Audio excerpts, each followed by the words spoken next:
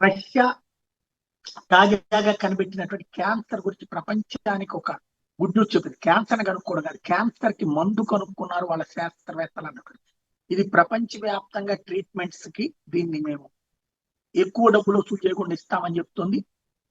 ఇది క్యాన్సర్ ని ఫస్ట్ దశలోనే గుర్తిస్తుందట వాళ్ళ సిస్టమ్. అట్లాగే క్యాన్సర్ ని డిస్ట్రాయ్ చేస్తుంది, క్యాన్సర్ సెల్స్ తొలి దశలోనే అన్నటువంటి చెప్పుకొచ్చారు. అలాగే life saving alternative traditional therapies కూడా కెమోథెరపీ కాకుండా ఏర్పాటు చేస్తున్నది. ఇది గ్లోబల్ వైడ్ గా దీన్ని మొత్తాన్ని అన్ని దేశాలకి కూడా అందజేస్తామంటూ పుతిన్ తాజాగా మరొకసారి ప్రకటించారు.